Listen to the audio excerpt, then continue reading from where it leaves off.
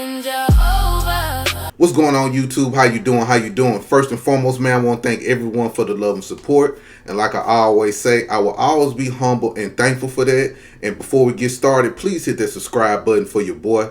Please hit that subscribe button for your boy. Now, these Pan-Africans, man. Pan-Africans are upset with Black Americans over Juneteenth. Think about this, y'all. The Pan-Africans are upset with Black Americans because of Juneteenth. Now, reason why they upset because Black Americans are putting a hand out like, hold on now. Black Americans are speaking out. Black Americans are putting a boundary between what we have going on. And they upset because we not allowing Caribbeans and Africans to crowbar their culture into our culture. They really upset with that. Now, before I get started, I'm going to play this video of this lady going off on Black Americans. She's a Black American, but she's a Pan-African also. So I'm going to let y'all listen to this. Here we go. I'm tired of Black Americans. I said it. I'm tired of Black Americans with this fear and insecurity of oneself.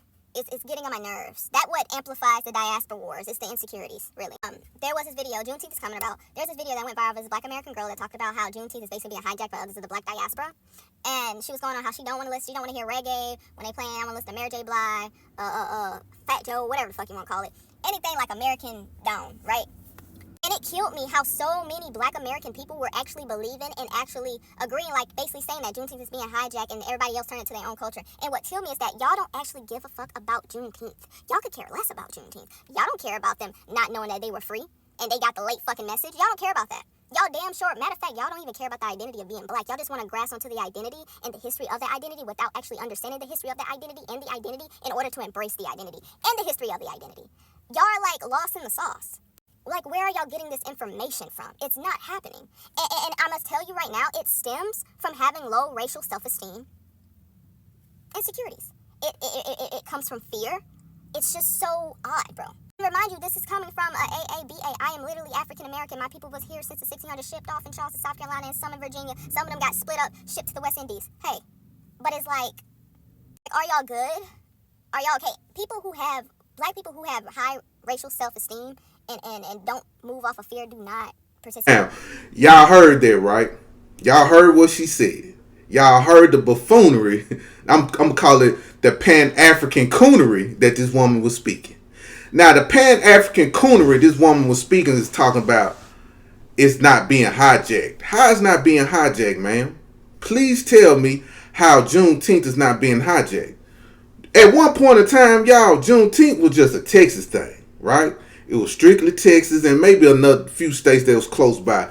But they was the main ones celebrating it during that time. But when Biden them got in office, they gave the Juneteenth holiday. Now the whole United States is celebrating, which is fine. It's a lot of people that didn't know nothing about Juneteenth until the holiday came up. So I think it's a great thing. I'm happy to see other states celebrating Juneteenth. So my thing is, we're not delusional people. We're not delusional at all. You know what I'm saying? And I think the problem with her is she wants us to accept these immigrants bringing their culture to our stuff. They didn't have nothing to do with the freedom of my people. They didn't have nothing to do with being freed late. They wasn't a part of those people in Galveston, Texas. It just wasn't.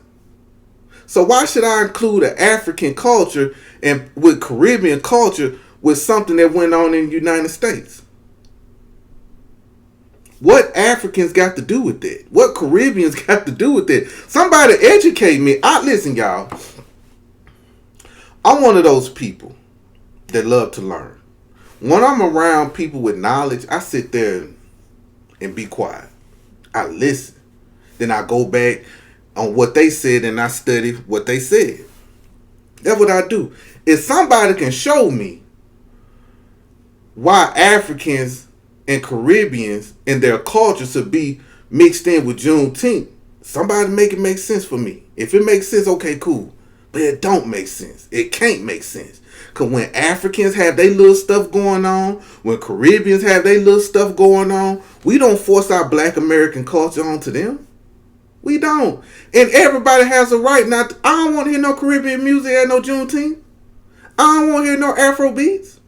I don't want to hear no Acapulco, whatever that shit called in South Africa. I don't want to hear that. I want to hear black American music. I want to hear the Gap Band. I want to hear some Patti LaBelle. I want to hear some NBA Youngboy. You know what I'm saying? I want to hear who else we got. I want to hear some Kirk Franklin. Let's play some gospel music. I don't want to hear nothing outside of that. If it ain't black American at these Juneteenth events, I'm gonna be pissed off because I'm going this weekend in Dallas, and it better not be nothing dealing with Africans. It just better not be. Then she gonna mention we don't care about the people being free. We do care. That's why we celebrate it, man.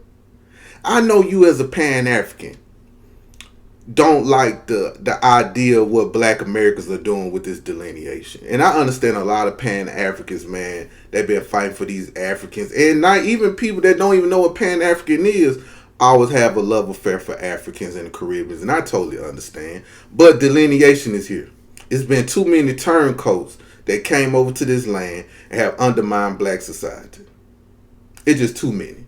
And me as a black American, I'll be a fool to continue to allow that to happen. And I'm pretty sure the people that's watching is not going to be a fool anymore and continue to allow that mess to happen also. So that's my thing, man. And it's sad for me to see Pan-Africans, man, uplift these black immigrants, but always poop on black Americans. It seemed like black Americans did them wrong. It's just like a person that come out of a bad relationship and they always drag the other gender. You get what I'm saying? They always drag the other gender all the time. They can drag the black man or the black woman. And they always try to make it seem like this gender is just the worst thing in the world. They act like this gender just did them so wrong.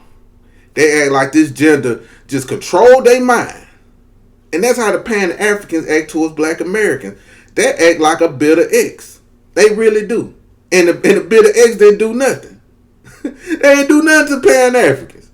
It's just the bitter ex or the person that moved on just said, hey man, I see the light now. I see you wasn't for me. And that's how we looking at it. We see that Africa wasn't for us. Us celebrating Caribbeans and Africans and all that stuff just wasn't for us. We got our eyes set on what? Being black American. I hope y'all follow me on that, man, because it sucks. It sucks to see, and it's very irritating, man. It's very irritating, man. You know, then she gonna mention something about where y'all getting this hijacking information from. Nigga, it's on social media. You see countless and countless of people promoting their Juneteenth events with African jollof, with Caribbean spices, with Pan-African colors. All types of mess that these people are doing. Like, we seeing this stuff. We even seeing Ghana participating in this stuff. We seeing the Congressional Black Caucus, some people from the NAACP, people from the Democratic Party flying out to Ghana to celebrate Juneteenth. So are we crazy for seeing this? Are we not reading the same thing? Are we not seeing people making content about come to Ghana so you can celebrate Juneteenth? What the hell Ghana got to do with Juneteenth? We know what it's for. It's a money grab. You know, that man. Then she gonna mention something about we have racial low self-esteem and insecure. What the hell? And what the hell? We have racial low self-esteem and identity issues, and we're insecure over some Africans and Caribbeans. Have y'all ever been insecure when you've been around an African?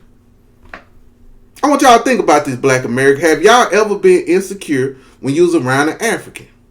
Okay. Have you ever been insecure when you was around a Caribbean? Or any melanated person that immigrate here or migrate here or take refuge here?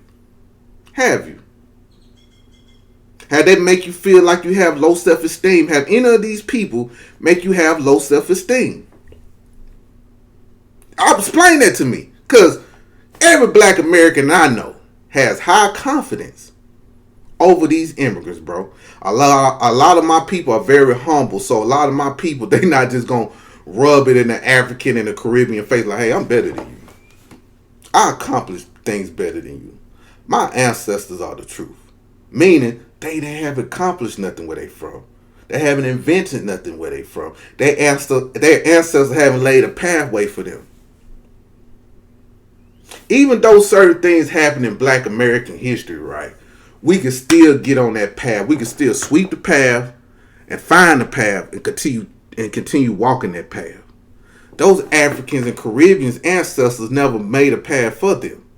Our ancestors have. Even though we might veer it off, even though we might slip in the ditch, even though we might go in the wrong direction, but guess what? That path is still laid for us as Black Americans. They don't have that. That's why our self-esteem is so high when it comes to these people. There's no delusion on why I feel like we're better than everybody in the world. It's just my personal. Let me tell y'all this, y'all. My personal opinion. I think Black Americans are number one. There's no group, no area, no place, no country is better that have people that's better than a Black American. And reason why I say that because I pay attention to other groups of people. That's including Africans, Caribbean, Italians, Europeans, Chinese, what we got, Mexicans, whatever, anybody, any group you could think of.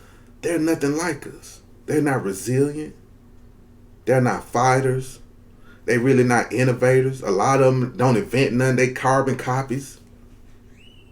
They nothing like us. We have, just like Tariq said, we have like better morality than them. We have a better conscience of people than them. We not barbaric like them. We none of that. We don't have a culture of touching kids. All these groups I named have a culture of that. We don't.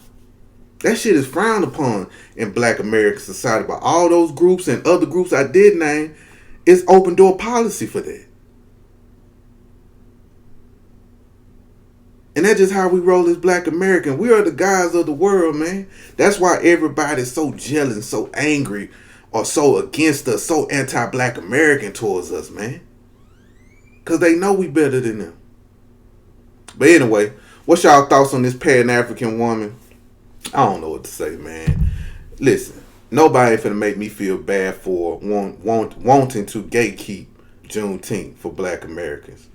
I don't have no problem with Caribbeans and Africans, going to the events. I don't care if white people go to it. Everybody can come to the event. I ain't tripping. But don't add your mess to our stuff. That's the main thing. Don't add your mess to our stuff. But anyway, y'all have a good one. Salute to everyone. Let me know what y'all think in the comments. And I love y'all.